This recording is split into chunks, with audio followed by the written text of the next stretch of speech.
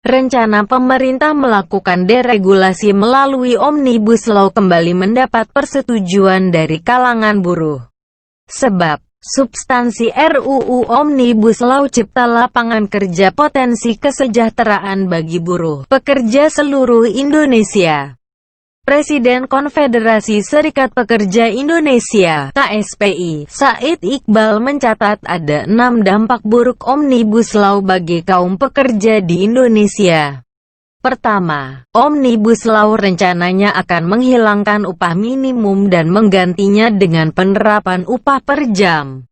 Belum lagi ketika pekerja sakit, menjalankan ibadah sesuai kewajiban agamanya, cuti melahirkan, upahnya tidak dibayar karena pada saat itu tidak bekerja, kata Iqbal ketika dikonfirmasi Selasa, tanggal 7 Januari tahun 2020. Iqbal yakin dalam praktiknya nanti pengusaha sangat mudah untuk mengurangi jam kerja, sehingga buruh tidak bekerja selama 40 jam sepekan.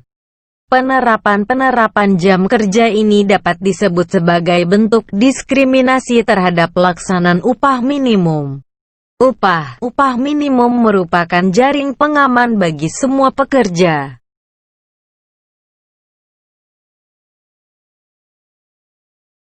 Kedua, menghilangkan pesangon. Iqbal penilaian UU Nomor 13 Tahun 2003 tentang ketenagakerjaan yang membantu pembantuan pesangon maksimal 9 bulan dan dapat dikalikan 2 untuk pemutusan hubungan kerja (PHK) jenis tertentu.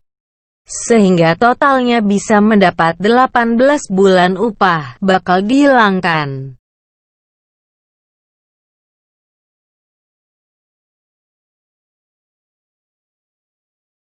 Selain itu, ada penghargaan masa kerja maksimal 10 bulan upah dan penggantian hak minimal 15% dari total pesangon dan atau penghargaan masa kerja.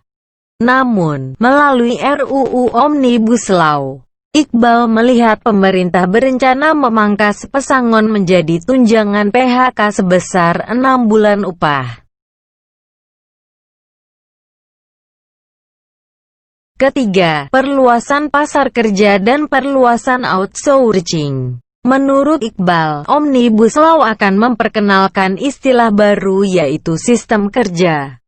Dia menerangkan jaminan pasar kerja berarti tidak ada kepastian kerja dan status pengangkatan menjadi karyawan tetap atau perjanjian kerja tidak tertentu (PKWTT). Selaras dengan itu, jenis pekerjaan yang bisa di-outsourcing akan diperluas, tidak lagi 5 jenis pekerjaan seperti yang sesuai saat ini. Masa depan buruh makin tidak jelas. Sudah hubungan kerja fleksibel yang artinya mudah kena PHK, tidak ada lagi jaring pengaman upah minimum, dan pesangon dihapus, tegasnya. Keempat, Iqbal menilai Omnibus Law akan membuka ruang besar tenaga kerja asing (TKA) tidak berketerampilan unskill untuk masuk dan bekerja di Indonesia. UU Ketenagakerjaan pembantuan yang boleh ditempati TKA yakni yang membutuhkan keterampilan tertentu yang belum dimiliki pekerja lokal. Dalam Omnibus Law ada wacana semua syarat itu dihapus, sehingga TKA bebas masuk Indonesia, lanjutnya. Kelima, Omnibus Law potensi ancaman jaminan sosial yakni jaminan hari tua dan jaminan pensiun.